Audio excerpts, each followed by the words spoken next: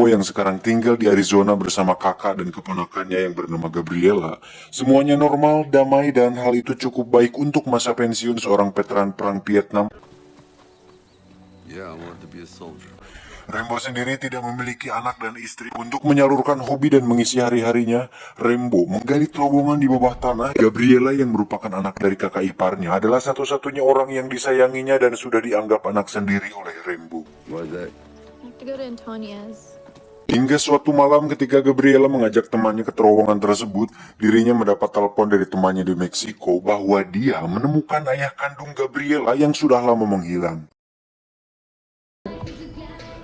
Tell me everything. I need to go to Mexico. Nunca ha querido que estés en su vida. And I just want Namun Gabriela yang masih daur muda tetap berangkat ke sana walaupun mereka tidak menyetujuinya.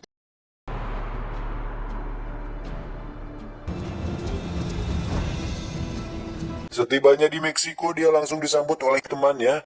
Hey, come here, métete. Saat dirinya bertemu dengan sang ayah kandung, Gabriela justru menemukan fakta menyakitkan bahwa alasan sang ayah meninggalkan dirinya dan almarhum sang ibu adalah karena dirinya tidak lagi menginginkan mereka berdua. You both didn't mean anything to me anymore. Mendengar hal itu, Gabriela pun amat sangat sakit hingga dirinya memutuskan untuk langsung pulang ke rumah. Temannya justru mengajak Gabriela pergi ke sebuah diskotik.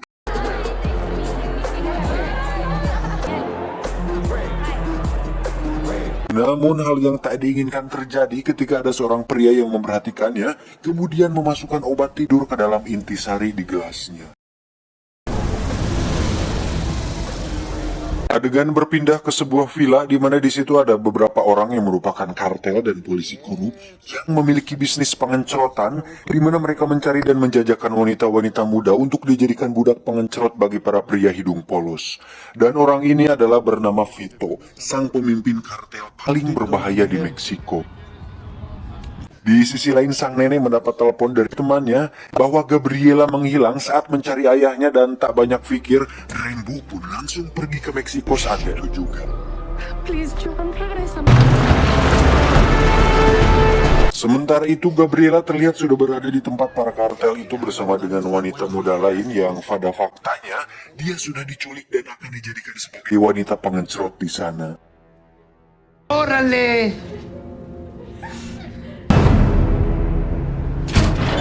Rembo yang sudah tiba di Meksiko langsung menemui ayah Gabriela dan menanyakan di mana Gabriela berada.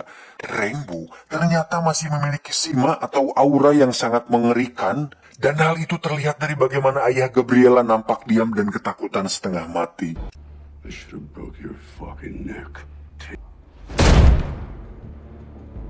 All this shit is because Setelah tidak mendapat apapun dari si ayah, Rembo pun pergi menemui temannya dan menanyakan bagaimana kronologisnya.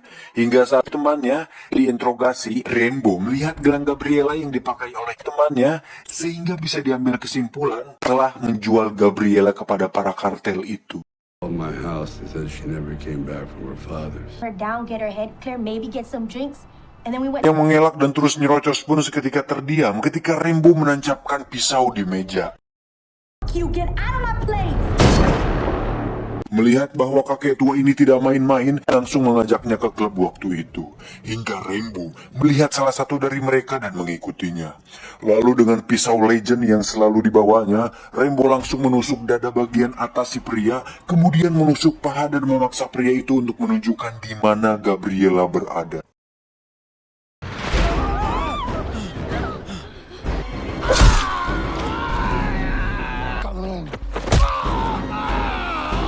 Setibanya di lokasi tersebut, Rembo dengan tenangnya berjalan melewati gang dan kawasan paling berbahaya di Meksiko, hingga sampailah dia di sebuah atap, di mana di situ ada Vito dan anteknya yang langsung mengelilingi Rembo. Rembo langsung digeledah dan ditanyai mengenai tujuan dia datang. Namun Rembo hanya terdiam. Dan saat Vito melihat foto Gabriela di dompetnya dan mengatakan bahwa Gabriela adalah jalan baru di tempatnya, Rembo seketika teriak hingga dirinya ditodong oleh semua orang yang ada di sana. Dan saat Vito melihat KTP-nya, dia pun mengatakan namanya di situ. John Rambo. Lalu Vito memplesetkan namanya hingga membuat semua orang tertawa. Vito pun menyuruh adiknya untuk memberikannya tanda di wajah Rambo sebagai pengingat bahwa jangan pernah macam-macam dengan kartel paling berbahaya di Meksiko. Lantas sang adik pun menyayapnya dengan bentuk X.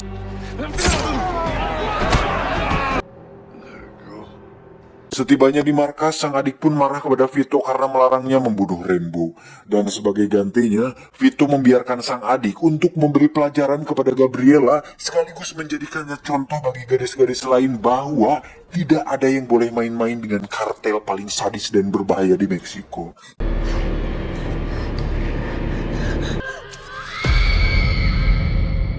Scene pun berpindah ke Rambo, di mana dia ditolong oleh seorang wanita Meksiko yang ada di sana. Kemudian dirawat hingga dirinya pulih.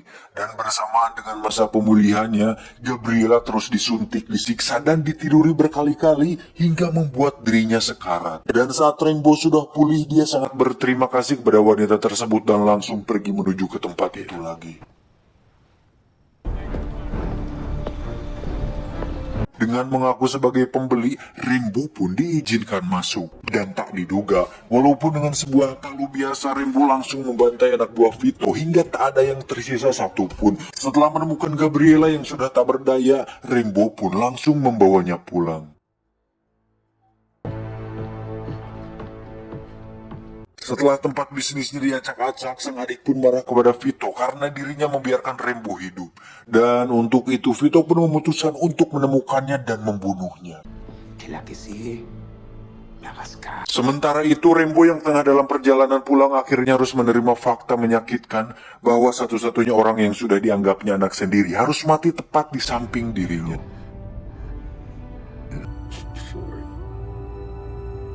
Setibanya di rumah, sang kakak pun langsung dikejutkan saat melihat cucu satu-satunya terbujur kaku dan sudah tak bernyawa. Dan Gabriela pun dikuburkan tak jauh dari rumahnya. Setelah Gabriela sudah tidak ada, sang kakak pun memutuskan untuk pulang kembali ke rumahnya di Meksiko dan dia menitip pesan kepada Rambo adiknya untuk jaga diri baik-baik. Sampai saat sang kakak sudah berangkat, Rambo ternyata menyiapkan sebuah rencana untuk menghabisi para kartel tersebut.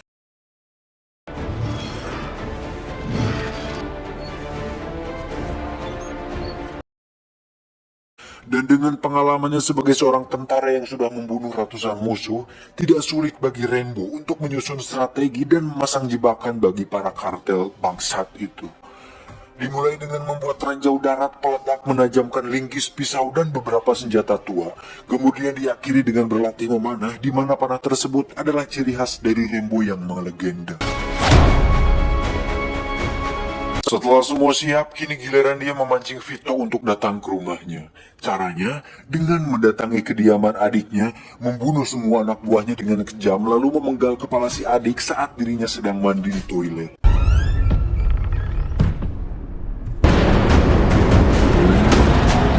Hingga saat esok hari, Vito pun menemukan sang adik sudah tewas dengan posisi duduk di kasur dengan kondisi tanpa kepala.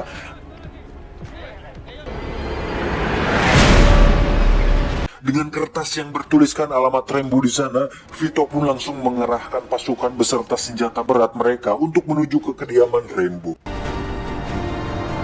Rambo sendiri terlihat sedang berdiri tepat di depan makam Gabriela dan menunggu para kartel itu datang.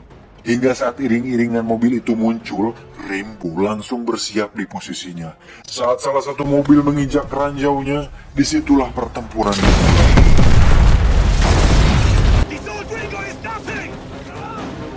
Vito dan anak buah pun turun dan langsung menyebar ke segala arah, namun mereka justru dibantai oleh Rambo yang langsung muncul dari tanah.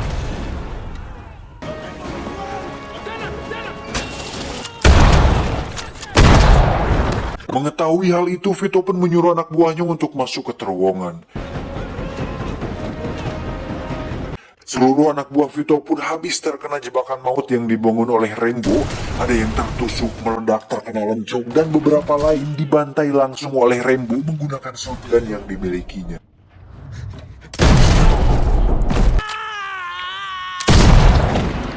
Hingga saat semua terowongan diledakkan dan Vito keluar dari terowongan tersebut, Rainbow langsung menghujam bahu kanan Vito dengan panahnya dan menghujani bagian tubuh lain sehingga Vito tertancap di dinding kayu yang membuatnya tidak bisa bergerak. Saat Rainbow sudah berada tepat di depan wajahnya, di situ dia sadar bahwa orang yang sembarangan dan dia sudah melakukan kesalahan paling besar di dunia ini. Rainbow pun menusuk dan merobek dada Vito, kemudian mengambil jantungnya dengan tangan dia sendiri dan tewas dengan sangat mengenaskan. Setelah semua ini berakhir, Rainbow pun kembali ke rumahnya dan duduk di kursi goyangnya dan menikmati masa-masa tuanya sendirian sebagai prajurit kesepian. Tamat. Ending yang sangat memuaskan. Saya Ben, beserta jajaran tim UZM 10 Cabang Cililin, mengucapkan terima kasih dan sampai jumpa di video selanjutnya. Sakituti Pusat Mah, hatur nuhun.